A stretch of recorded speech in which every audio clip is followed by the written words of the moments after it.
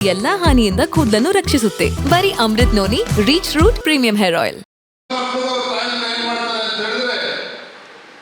ನಮ್ಮ ಮಕ್ಕಳು ಶಿಸ್ತಿನಿಂದ ಶಾಲೆಗೆ ಹೋಗ್ಬೇಕು. ಶಿಸ್ತಿನಿಂದ ಶಾಲೆಗೆ ಹೋಗ್ಬೇಕು ಅಂದ್ರೆ ನಮ್ಮ ಬಟ್ಟೆ ಸ್ವಚ್ಛವಾಗಿರ್ಬೇಕು.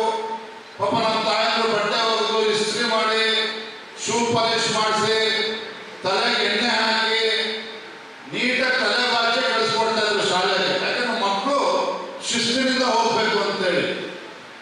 ಆದ್ರೆ ನಮ್ಮ ರಾಜ್ಯದ ಪರಿಸ್ಥಿತಿ ಎಲ್ಲಿ ಬಂದು ನಿಂತಿದೆ ಅಂತ ಹೇಳಿದ್ರೆ, ನೀವು ಶಿಕ್ಷಕರಾಗಿದ್ದೀರಿ, ನಿಮ್ಮ ಶಾಲೆಗೆ ನಮ್ಮ ಶಿಕ್ಷಣ ಸಚಿವರು ಬರ್ತಾರೆ ಅಂತ ಹೇಳಿದ್ರೆ, ಅಥವಾ ವಿಧಾನ ಪರಿಷತ್ನಲ್ಲಿ ನಮ್ಮ ವಿಧಾನಸಭೆ ಒಳಗಡೆ ನಮ್ಮ ಶಿಕ್ಷಣ ಸಚಿವರು ಬರ್ತಾರೆ ಅಂತ ಹೇಳಿದ್ರೆ, ಸ್ವಾಮಿ ಶಿಕ್ಷಣ ಸಚಿವರೇ ದಯವಿಟ್ಟು ತಲೆ ಬಾಚ್ಕೊಂಡು ಬನ್ನಿ, ಕಟಿಂಗ್ ಮಾಡಿಸ್ಕೊಂಡು ಸರಿಯಾಗಿ ಕಟಿಂಗ್ ಮಾಡಿಸ್ಕೊಂಡು ತಲೆಗೆ ಎಣ್ಣೆ ಹಾಕಿ ನೀಟಾಗಿ ತಲೆ ಬಾಚ್ಕೊಂಡು ಬನ್ನಿ ಅಂತ ಕೆಟ್ಟ ಪರಿಸ್ಥಿತಿ ನಮ್ಮ ರಾಜ್ಯ ಬಂದು ಮುಟ್ಟಿದೆ ಅಂತ ಹೇಳಿದ್ರೆ, ಈ ನಾಡಿನ ಶಿಕ್ಷಣ ಸಚಿವರಿಗೆ ನಮೋ ನಮಃ ಅಂತ ಹೇಳ್ಬೇಕು ಹೊರತು ನಾವು ಇನ್ನೇನು ಕೂಡ ಹೇಳೋದಕ್ಕೆ ಸಾಧ್ಯ ಇಲ್ಲ. ಸರಿತಾರ ಹೇಳ್ತಿರ್ತಕ್ಕಂಥದ್ದು. ಬಹುಶಃ ಇನ್ನೂ ಕೂಡ ಅವರು ಸಿನಿಮಾ ರಂಗದಲ್ಲಿ ಇದ್ದೇವೆ ಅನ್ನೋ ಭಾವನೆಯಲ್ಲಿ ಅವರು ಇನ್ನೂ ಕೂಡ ಇರ್ಬೋದು, ಅವ್ರು ತಪ್ಪಲ್ಲ. ಆದರೆ ಇಂಥ ಒಬ್ಬ ವ್ಯಕ್ತಿಯನ್ನ ಶಿಕ್ಷಣ ಸಚಿವರನ್ನಾಗಿ ಆಯ್ಕೆ ಮಾಡಿರ್ತಕ್ಕಂಥ ಈ ರಾಜ್ಯ ಸರ್ಕಾರ, ರಾಜ್ಯದ ಮುಖ್ಯಮಂತ್ರಿಗಳನ್ನು ಪ್ರಶ್ನೆ ಮಾಡಲು ಇಚ್ಛೆ ಪಡ್ತೇನೆ. ಈ ಒಂದು ರಾಜ್ಯ ಸರ್ಕಾರ ಬಂದ ಒಂದು ವರ್ಷದಲ್ಲಿ ಶಿಕ್ಷಣ ಕ್ಷೇತ್ರಕ್ಕೆ ಆದ್ಯತೆಯನ್ನು ಕೊಡೋದಕ್ಕೆ ಸಾಧ್ಯ ಆಗಲಿಲ್ಲ. ಉತ್ತಮ ಶಿಕ್ಷಣ ಸಚಿವರನ್ನು ಕೂಡ ಆಯ್ಕೆ ಮಾಡೋದಕ್ಕೆ ಸಾಧ್ಯ ಆಗಲಿಲ್ಲ ಅಂತ ಹೇಳಿದ್ರೆ ಇವತ್ತು ನಮ್ಮ ದುರಾದೃಷ್ಟ ಅಂತ ಹೇಳಬೇಕು. ಮತ್ತೆ ಇನ್ನೇನು ಕೂಡ ಹೇಳೋದಕ್ಕೆ ಸಾಧ್ಯ ಆಗಿಲ್ಲ. ಒಂದು ವೇಳೆ ಈ ಒಂದು ಸರ್ಕಾರ ಬಂದು ಒಂದು ವರ್ಷ ಆಗಿದೆ. ಈ ಸರ್ಕಾರ ಬಂದು ಮೊದಲ ವರ್ಷದಲ್ಲಿ ಮೊದಲ ತಿಂಗಳಲ್ಲಿ ಮಾಡಿರ್ತಕ್ಕಂಥ ಘನಕಾರ್ಯ ಅಂತ ಹೇಳಿದ್ರೆ, ಏನು ನಮ್ಮ ಪ್ರಧಾನಮಂತ್ರಿ ನರೇಂದ್ರ ಮೋದಿಜಿಯವರು ಈ ದೇಶದ ಮುಂದಿನ ಯುವ ಜನತೆ, ಈ ದೇಶದ ಉಜ್ವಲ ಭವಿಷ್ಯವನ್ನು ರೂಪಿಸತಕ್ಕಂಥ ಯುವ ಪೀಳಿಗೆ ಏನಿದೆ ಅವರಿಗೆ ಒಂದು ಉತ್ತಮ ಶಿಕ್ಷಣವನ್ನು ಕೊಡಬೇಕು ಅಂತೇಳಿ ಒಂದು ಹೊಸ ಶಿಕ್ಷಣ ನೀತಿಯನ್ನ ರೂಪಿಸಿದ್ರು, ನ್ಯಾಷನಲ್ ಎಜುಕೇಶನ್ ಪಾಲಿಸಿ ಅಂತೇಳಿ. ಅಂತ ಉತ್ಕೃಷ್ಟ ಶಿಕ್ಷಣ ನೀತಿಯನ್ನ ಕಿತ್ತಾಕಿ ಮೊಸರಲ್ಲಿ ಕಲ್ಲುಡ್ತಕ್ಕಂಥ ಕೆಲಸವನ್ನ ಮಾಡಿ ಇವತ್ತು ಸ್ಟೇಟ್ ಎಜುಕೇಶನ್ ಪಾಲಿಸಿಯನ್ನು ಅನುಷ್ಠಾನ ಮಾಡ್ತೇವೆ ಅಂತ ಹೇಳಿ ಇವತ್ತು ರಾಜ್ಯದಲ್ಲಿ ಯಾವ ರೀತಿ ಒಂದು ಗೊಂದಲವನ್ನು ನಿರ್ಮಾಣ ಮಾಡಿದ್ದಾರೆ ಅಂತಕ್ಕಂಥ ತಾವೆಲ್ಲರೂ ಕೂಡ ಆಲೋಚನೆ ಮಾಡಬೇಕು. ತಾವು ಆಲೋಚನೆ ಮಾಡಬೇಕು.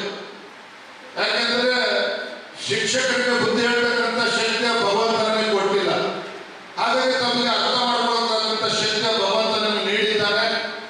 ಇದು ಯಾವ ರೀತಿ ಶಿಕ್ಷಣ ಕ್ಷೇತ್ರ ಕಲುಷಿತಗೊಳಿಸತಕ್ಕಂಥ ವಾತಾವರಣ ನಿರ್ಮಾಣ ಆಗಿದೆ, ಶಿಕ್ಷಕರ ಪರಿಸ್ಥಿತಿ ಯಾವ ರೀತಿ ಆಗಿದೆ, ಮಕ್ಕಳನ್ನ ಯಾವ ರೀತಿ ನಾವು ನೋಡ್ತಾ ಇದ್ದೇವೆ ಅಂತ ಪರಿಸ್ಥಿತಿಗೆ ಹೇಗೆ ರಾಜ್ಯ ಸರ್ಕಾರ ತಳ್ಳಿದೆ, ಇವೆಲ್ಲವನ್ನು ಕೂಡ ತಾವು ಕೂಡ ಅರ್ಥ ಮಾಡಿಕೊಂಡಿದ್ದೀರಿ.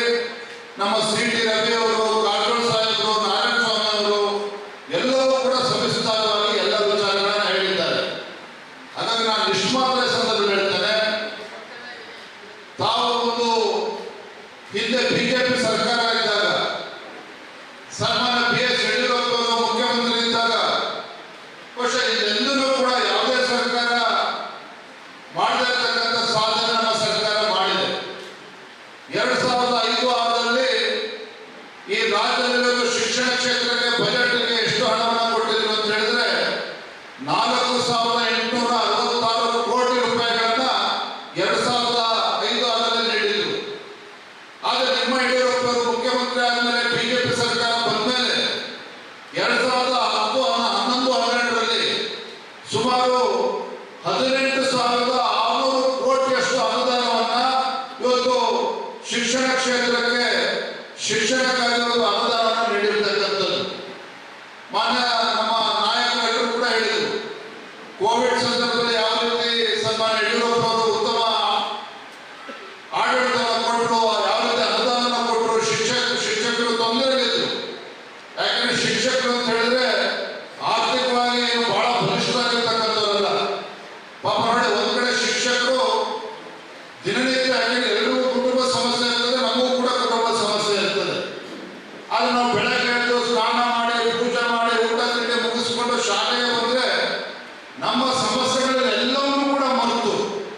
ನನ್ನ ಜೀವನದಲ್ಲಿ ನಾನು ಮಾತ್ರವಲ್ಲ, ನನ್ನ ಕೂದಲು ಕೂಡ ಆಗಿರ್ಬೇಕು ಸ್ಟ್ರಾಂಗ್ ಅಂಡ್ ಸ್ಟೈಲಿಶ್.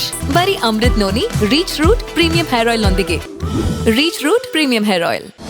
ಅನುಕ್ಷಣದ ಸುದ್ದಿಗಳಿಗಾಗಿ Vistara news YouTube channel subscribe ಮಾಡಿ. ಹೊಸ ಸುದ್ದಿಗಳ ನೋಟಿಫಿಕೇಶನ್ಗಾಗಿ ಬೆಲ್ ಐಕಾನ್ ಕ್ಲಿಕ್ ಮಾಡಿ. ಲೇಟೆಸ್ಟ್ ಅಪ್ಡೇಟ್ಸ್ಗಾಗಿ www.vistaranews.com ವೆಬ್ಸೈಟ್ಗೆ ವಿಸಿಟ್ ಮಾಡಿ. ಅಂಗೈಯಲ್ಲೇ ಜಗತ್ತಿನ ಸುದ್ದಿ ತಿಳಿಯಲು Vistara news Kannada app download ಮಾಡಿ.